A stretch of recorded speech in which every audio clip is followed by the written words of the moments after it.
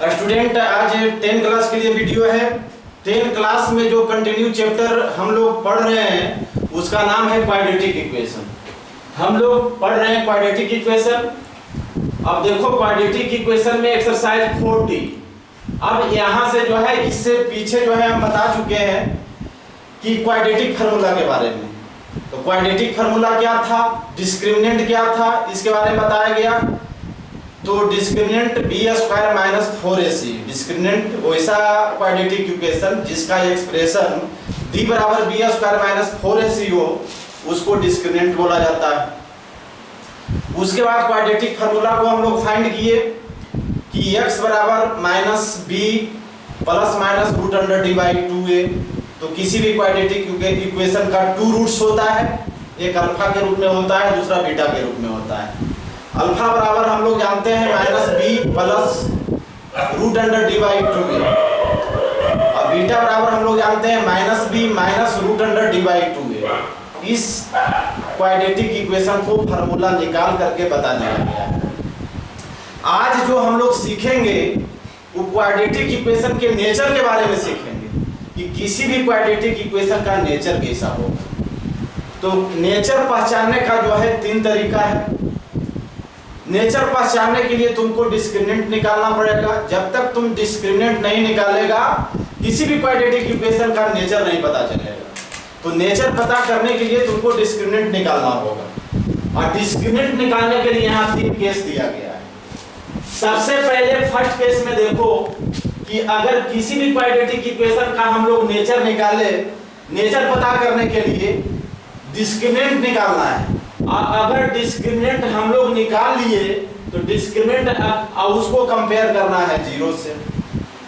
अगर डिस्क्रिमिनेंट निकाले तो डिस्क्रिमिनेंट ग्रेटर देन 0 आया तो किसी भी क्वाड्रेटिक इक्वेशन का नेचर रियल और अनइक्वल होगा। उसका नेचर जो है वास्तविक होगा, और अनइक्वल मतलब असमान, डिस्टिंक्ट जिसको कहा जाता है, भिन्न भिन्न अलग अलग। तो उसका रूट्स क्या होगा, उस क्वाड्रेटिक इक्वेशन का नेचर क्या होगा, तो रियल और अनइक्वल होगा, वास्तविक और असमान। कब? जब डिस्क्रिमिनेंट 0 से ग्रेटर होगा तब। चलो, तब उसका रूट्स क्या होगा, तब उसका फार्मूला क्या निकलेगा। x का वैल्यू हम लोग कैसे फाइंड करेंगे, तो उसका फार्मूला हो गया minus B plus minus root under D by 2a। ये तुम्हारा केस फर्स्ट है। केस सेकंड में देखो, जब तुम किसी भी क्वाड्रेटिक इक्वेशन का डिस्क्रिमिनेंट निकाल लिया और डिस्क्रिमिनेंट 0 के बराबर आ गया, तब उस क्वाड्रेटिक इक्वेशन का नेचर रियल होगा और इक्वल होगा, मतलब वास्तविक होगा और समान होगा। और जब रूट्स इसका फाइंड करेंगे उस क्वाड्रेटिक इक्वेशन का, तो उसका फार्मूला लगेगा माइनस बी बाई 2a। इस फार्मूला से उसका रूट्स निकल जाएगा। केस 3 में देखो कि अगर किसी क्वाड्रेटिक इक्वेशन का हम लोग डिस्क्रिमिनेंट निकाले और डिस्क्रिमिनेंट जो है 0 से छोटा हो गया, 0 से छोटा हो गया, तब उसका नेचर क्या होगा, नो रियल रूट्स, कोई भी वास्तविक संख्या नहीं, सीधे लिख देना होगा नो रियल रूट्स। और उसका रूट्स जो है फाइंड कभी हो ही नहीं सकता है, इसलिए यहाँ नन लिख दिया गया है। उसका रूट्स को हम लोग फाइंड नहीं कर सकते हैं। अब जैसे देखो, हम एक एग्जांपल लेते हैं कि डिस्क्रिमिनेंट निकाले और आ गया 24, चाहे आ गया 10, आ गया 12, कुछ भी आ सकता है। डिस्क्रिमिनेंट निकाले और आ गया 0, डिस्क्रिमिनेंट निकाले और आ गया माइनस 24। ये 3 कंडीशन में 3 वो एग्जांपल लिए हैं। अब देखो 24, 10, 12 सब 0 से क्या है, तो बड़ा है, इसका मतलब d ग्रेटर देन 0। इस कंडीशन में अगर डिस्क्रिमिनेंट निकल करके आएगा तो सीधे नीचे लिख देना है d ग्रेटर देन 0।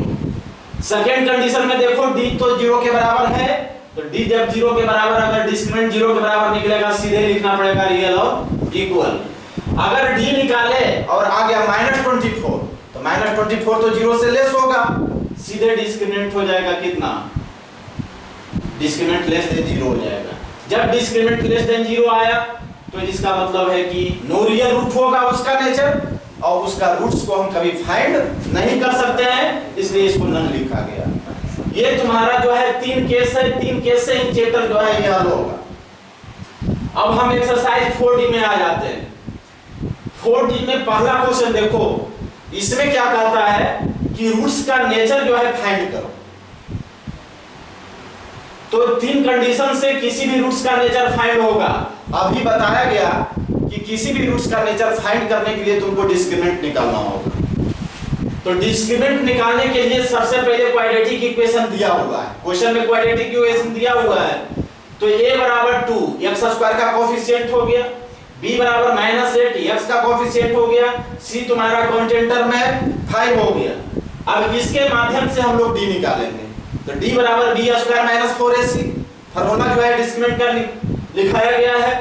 तो b के जगह पर -8 -4 a के 2 c है ना, 8 -8 का स्क्वायर किए 64 आ गया, 64 में 40 गया 24। अब देखो 24 पॉजिटिव साइन, तो जो भी पॉजिटिव साइन रहेगा तो वो 0 से बड़ा होगा। तो 24 ग्रेटर देन 0 है, अतः डिस्क्रिमिनेंट जो है ग्रेटर देन 0 होगा। जब हम इसमें देख लिए कि डिस्क्रिमिनेंट 0 से बड़ा निकला, तब इसका नेचर क्या होगा? तो इसका नेचर रियल और अनइक्वल होगा। तुम्हारा आंसर आ गया रियल और अनइक्वल। क्वेश्चन नंबर सेकंड देखो, इसमें कह रहा है कि शो दैट, दिखाओ कि क्वाड्रेटिक इक्वेशन क्या होना चाहिए, नो रियल रूट। हमको जो क्वाड्रेटिक इक्वेशन दिया गया है उसको सिद्ध करके बताना है कि नो रियल रूट होना चाहिए। तो नो रियल रूट कब होगा? जब डिस्क्रिमिनेंट लेस देन 0 होगा। तब इन कंडीशन में बताया गया क्या होगा, नो रियल रूट होगा। तो सबसे पहले नो रियल रूट साबित करने के लिए तुमको डिस्क्रिमिनेंट निकालना होगा। अब देखो डिस्क्रिमिनेंट हम लोग कैसे निकालेंगे? तो क्वाड्रेटिक इक्वेशन दिया गया है, पहले हम a लिखेंगे। तो a जो है x स्क्वायर का कोफिशिएंट होगा, यहाँ लिख दिया गया। b जो है x का कोफिशिएंट होगा, यहाँ लिख दिया गया। c जो है 1 है, 1 लिख दिया गया। अब इसका हम डिस्क्रिमिनेंट निकालेंगे। तो डिस्क्रिमिनेंट का फार्मूला हो गया b स्क्वायर -4ac। तो b के जगह पर जो था इसको बैठा दिया गया 2 × a + b, उसका होल स्क्वायर -4 a के जगह पर जो है बैठा दिया गया, c के जगह पर 1 बैठा दिया गया। अब इसको हम लोग सिंपलीफाई किए। तो सिंपलीफाई 2 का स्क्वायर 4 a + b का whole square, a square b square 2ab -4, इसको सिंपलीफाई किए तो 4 में 2 से 8 आ गया, 8 दोनों से मल्टीप्लाई हुआ, साइन चेंज हो गया। अब इसको 4 से हम सब मल्टीप्लाई कर दिए, तो 4a square 4b square 8ab आ गया, -8 स्क्वायर -8b स्क्वायर, अपना जाति में था घटा दिया गया, -4a square -4b square +8b। अब देखो माइनस आगे लगा हुआ है, इसमें कॉमन निकाल लिया गया, साइन अंदर का चेंज हो जाएगा। तो 4a स्क्वायर +4b -8b आ गया। अब जो हम निकाले हैं डिस्क्रिमिनेंट वो बिल्कुल निगेटिव में, क्या में? निगेटिव। तो निगेटिव साइन ये दर्शाता है कि जब भी डिस्क्रिमिनेंट होगा तो 0 से लेस होगा, क्योंकि यहां बता दिया गया -24 0 से लेस। तो जो टर्म मेरा निकला हुआ है वो निगेटिव साइन में है, तो निगेटिव साइन हमेशा लेस देन 0 होगा। अतः जो दिया गया है वो 0 से छोटा है, जखने माइनस साइन आ गया, इसका मतलब कि d लेस देन 0। तो d लेस देन 0 का मतलब कि किसी भी क्वाड्रेटिक इक्वेशन का रूट्स क्या होगा? तो नो रियल रूट होगा। तो यहाँ नो रियल रूट लिख दिया गया, हमको साबित करना था नो रियल रूट आ गया। अब देखो नेक्स्ट क्वेश्चन में देखो, find the value of p का वैल्यू निकालो। क्वाड्रेटिक इक्वेशन दिया गया है रियल और इक्वल कि, अब देखो क्वेश्चन में दे रहा है कि किसी भी क्वाड्रेटिक इक्वेशन का रूट्स यदि रियल और इक्वल हो, तो किसी भी क्वाड्रेटिक इक्वेशन का रूट्स रियल और इक्वल होगा कब? जब d बराबर 0 होगा तब। सेकंड केस देख लो, रियल और इक्वल कब होगा? जब d बराबर 0 होगा तब। अब यहां देखो क्वेश्चन में ही कह रहा है कि जो क्वाड्रेटिक इक्वेशन है वो रियल और इक्वल है। तो पहले क्वाड्रेटिक इक्वेशन लिख दिया गया, a बराबर हो गया x स्क्वायर का कोएफिशिएंट, b बराबर x का कोएफिशिएंट और c हो गया कांस्टेंट टर्म। इक्वेशन है जो रियल और इक्वल, तो जब इक्वेशन मेरा रियल और इक्वल दिया हुआ है तो d बराबर हम 0 लिख सकते हैं। d बराबर हो गया क्या 0। d का फार्मूला लगा दिया गया b स्क्वायर माइनस 4ac बराबर 0। b तो b क्या है, यहां से बैठा दिया गया p तो p स्क्वायर 4ac a यहां से बैठा दिया गया 4 c यहां जो बैठा दिया गया 3 सब गुना किए 48 को राइट तरफ ले गए 48 हो गया। तो p स्क्वायर बराबर 48 तो p बराबर प्लस माइनस, चूंकि क्वाड्रेटिक के फॉर्म में रहेगा तो किसी भी क्वाड्रेटिक इक्वेशन का 2 रूट्स होता है, एक प्लस के फॉर्म में एक माइनस के फॉर्म में। तो p बराबर प्लस माइनस रूट अंडर 48 आ गया। 48 कंपोजिट नंबर है, इसको फैक्टर कर दिया गया परफेक्ट स्क्वायर के फॉर्म में। 16 जो है बाहर निकल गया स्क्वायर रूट से 4 रूट 3 आ गया, तो प्लस माइनस 4 रूट 3। इसका मतलब है कि p का 2 वैल्यू होगा, एक प्लस के फॉर्म में एक माइनस के फॉर्म में। तो p बराबर 4 रूट 3 p बराबर माइनस 4 रूट 3, दोनों वैल्यू लिखना पड़ेगा। तो p का वैल्यू फाइंड करना था, p का वैल्यू यहां फाइंड कर दिए। नेक्स्ट क्वेश्चन देखो, क्वेश्चन नंबर 13। इसमें क्या कहना चाह रहा है, if -4 is the roots of the quadratic equation. -4 यदि रूट्स जो है रहे किसका, तो इस क्वाड्रेटिक इक्वेशन का। रूट्स का मतलब x का वैल्यू, यदि x का वैल्यू -4 हो इस क्वाड्रेटिक इक्वेशन में, find the value of k का वैल्यू निकालो इस क्वाड्रेटिक इक्वेशन में। जबकि इस क्वाड्रेटिक इक्वेशन का रूट्स क्या है, तो इक्वल दे रहा है कि रूट्स इसका क्या है, तो इक्वल।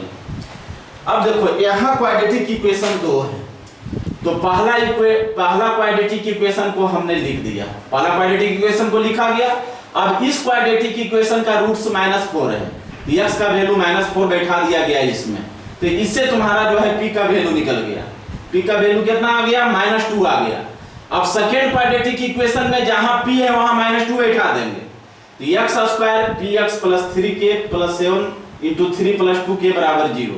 जितना p था उतना -2 बैठा दिया गया, तो x स्क्वायर -2 है आ गया। तो ये सब सारा जो है क्वाड्रेटिक के फॉर्म में आ गया। अब क्वाड्रेटिक के फॉर्म में आ गया तो ABC लिख देना होगा।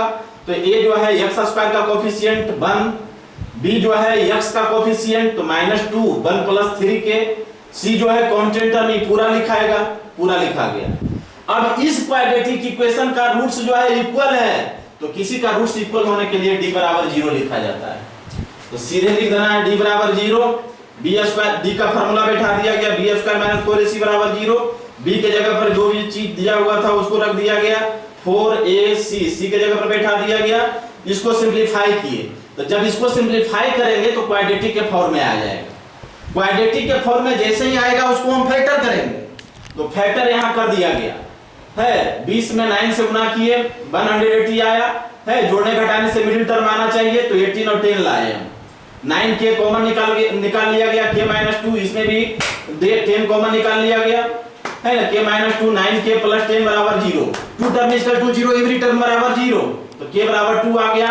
9k बराबर -10 तो k बराबर -10 बाई 9। अब जो है इस चैप्टर को जो भी समझा तो एक्सरसाइज 40 तुम्हारे होमवर्क के लिए है।